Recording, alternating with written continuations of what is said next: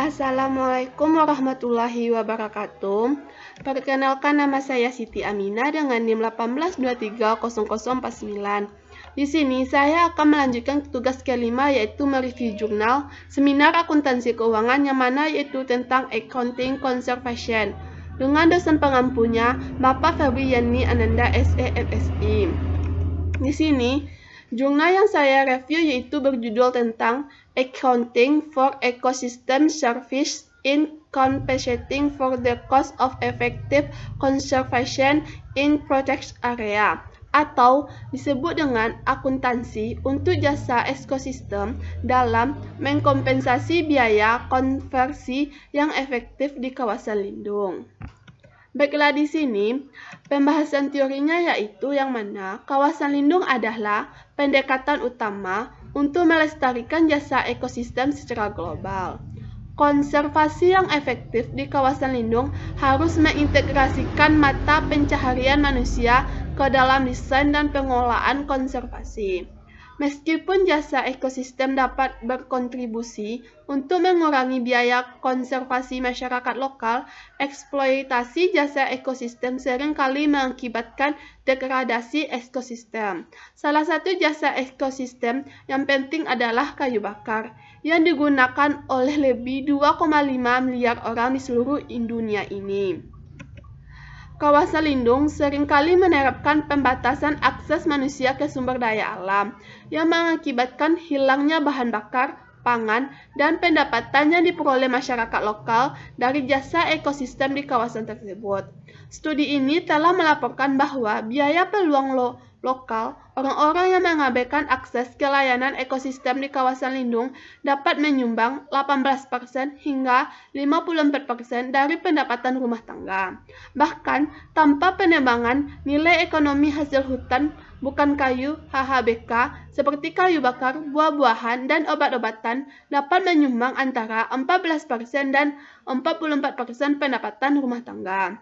Studi tentang WTP untuk jasa ekosistem hutan menemukan hubungan campuran antara pendapatan dan WTP. Beberapa penelitian menemukan signifikan tidak bisa korelasi positif antara pendapatan dan WTP.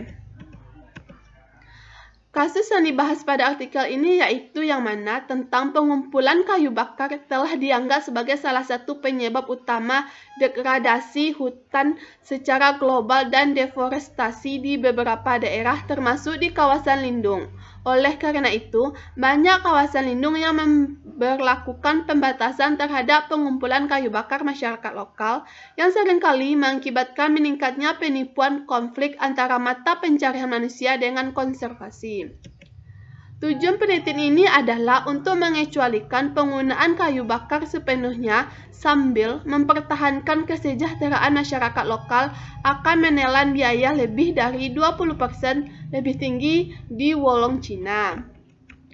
Objek penelitian ini yaitu terjadi di cagar alam Wolong, terletak di Provinsi Sichuan, Cina.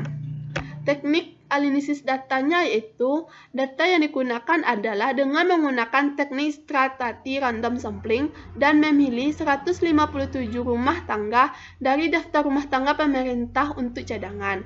Jumlah rumah tangga yang dipilih dari masing-masing 6 desa sebanding dengan ukurannya.